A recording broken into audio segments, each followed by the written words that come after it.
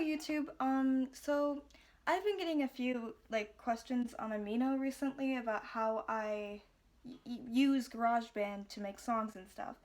Now, I figured I should just make a whole video on how to do that because I know no one on YouTube asked me because my YouTube channel has 112 subscribers. I'm not that relevant on here. However, on Amino I have a few more followers on there, so there are more people who see my content, and I've decided to just make a master kind of video, if you will, about how I, as a complete non-professional teen with very limited money, make and produce songs on GarageBand.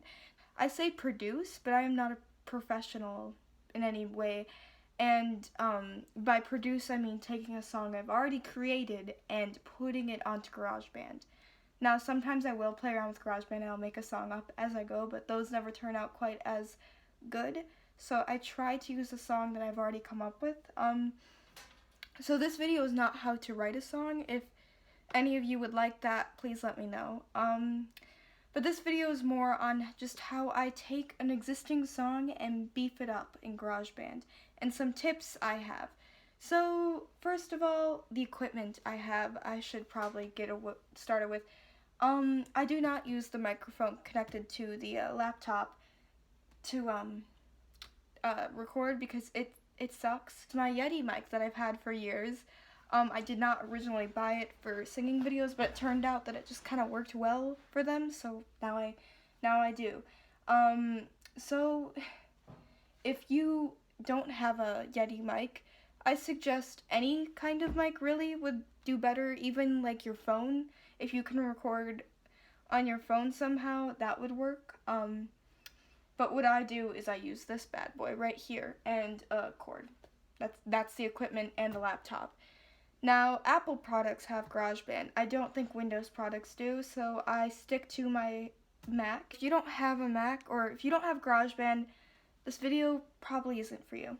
So, let's just jump right in. So, I have the microphone. It's connected to my laptop.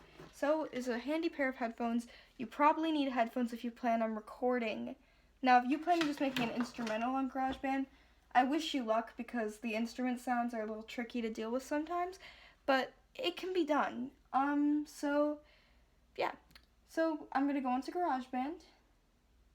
We're going to open up, it might open up, oh, this is a project that was already open before. Now, I'm going to open a new one.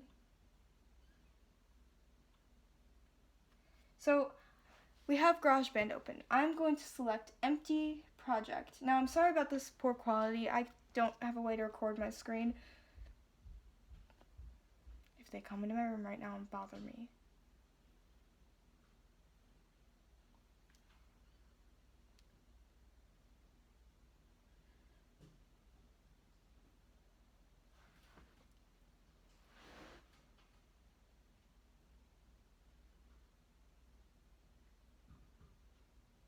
Are they tap dancing?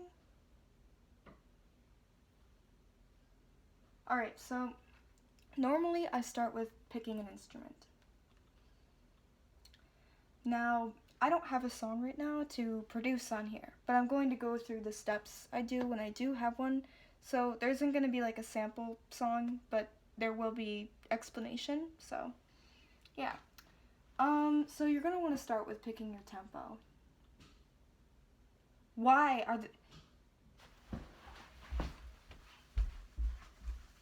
What are you doing?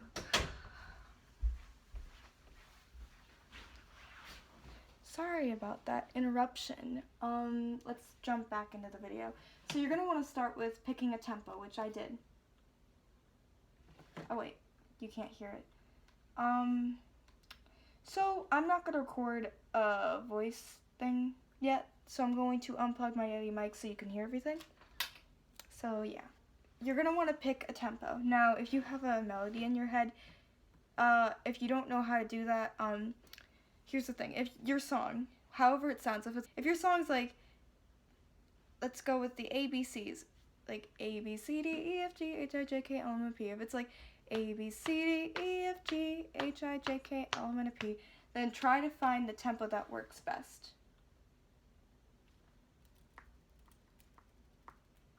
See, that's already good. That's already good. So we're going to use that. Now, if it's not good, you can adjust it by just going here and changing the number, or if you want a different time signature than 4/4, which is its automatic one, because usually most music's in 4/4, you can go in with any of the options.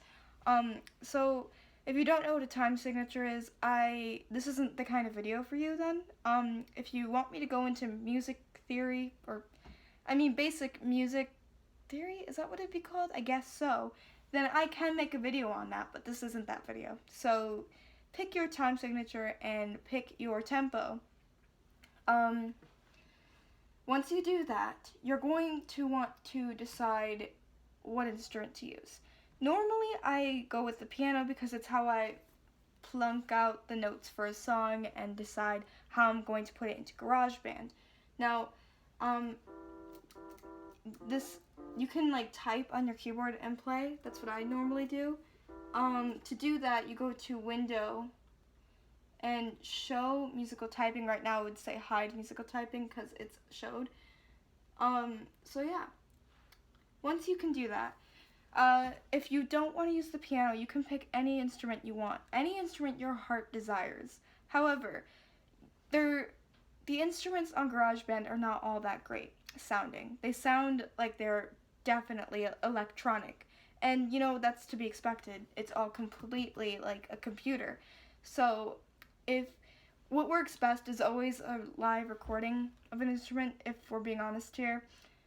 For me, piano live recording doesn't work so well because I don't have like a real piano. Well, I do, but it's always out of tune, so I use the one here. And I have an electric piano, but that kind of defeats the point of a live recording because it still sounds very unwarm and just like not good. So if you find yourself having this problem with any of the instruments, a good trick to try is to go to I don't know what this is called, but it's like a circle here, and it has like dots above it. So it's basically effects. So if you click on the eye here, you will go to EQ.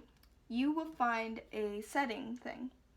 Now, with this, you're going to want to pick keyboards, and then you're going to want to go to Pad Warmer. This will make your piano sound, or any instrument you use, sound a lot less techy, I guess. It'll warm the sound. So that's what I normally use for every instrument because it works. The only problem is it kind of muffles it a bit, but I personally prefer that over the tech sound, and I've been using it recently, and I really enjoy it. So yeah, another trick you can try is to go to the effects here, I don't know what it's called, but it's this line with two dots on it, and you go to it and you can pick reverb. Now if you want to, you can turn reverb all the way up, and also ambiance.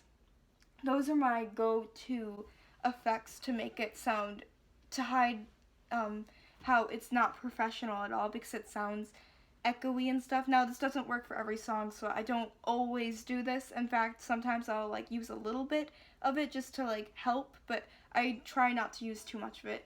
I always use some of it when I'm singing because it makes it sound like it's more of a microphone than just me in my bedroom singing. It just helps hide the unprofessionalness of it all. So that's what I do. Also, there is an autotune feature on GarageBand. Now, if you find yourself singing and your pitches are just a little bit off, with autotune, I still haven't quite mastered it that well, so I try not to use it because I don't like the way it sounds. I only use it when I'm like humming. So, when I hum and make a harmony, or like I go ah or ooh or something, when I'm harmonizing and not saying words, I'm just making a sound, I like to use autotune to keep that pitch the same throughout the whole time. So if I don't, it might sound a little off, and I don't like that. So that's when I use it. I try not to use it when I'm singing a verse or a chorus or something. you've got your tempo. You've got the instruments you want to pick out. Like, there are plenty of good instruments to choose from on here. Um, Now all that you have to do is record. So, record. Record. What I like to do is I start with the instrumentation part before I sing, because it's I feel like it's better. It's a good idea to start with your percussive part. Now there are plenty of percussion options on GarageBand. Usually I go to Beat Machine first, or I'll go to my orchestral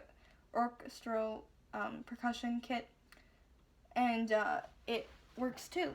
I really like to be simple with the percussion because it's really cool if you want to build on later, because it adds a little bit of a punch to the song. So if you want to do that, I recommend it. My style typically is I like to build on instruments as I go along. So usually with like a second verse of a song, I'll add in like a bass, because it like adds a little oomph. You know what I mean? A little spice to the track. I like to add on because it adds, I don't know, I don't want to say dimension to the song, but like sometimes a song can be very simple and the instrumentation can be bland, and I feel like that only works when you're doing a live recording with like a singular instrument or a couple of instruments. But it's just, for me, I personally like to add on and save all my tricks for the end, for the finale. So it builds up and you're not bored. So that's what I do. Um so yeah. So you pick your percussive, you can loop your percussion, you can loop anything you need to, which is what makes it really quick once you get started. It kind of all comes at the same time. If you have trouble figuring out what you want to do, like writer's block of sorts, I suggest getting away from it, relaxing, and coming back later, because you will find that spark again to keep going. I do not suggest rushing through something just to get it done, because if you do that, you're going to end up with a product you're probably not too proud of. So, I, yeah, I hope this helped. I really hope this video is somewhat organized.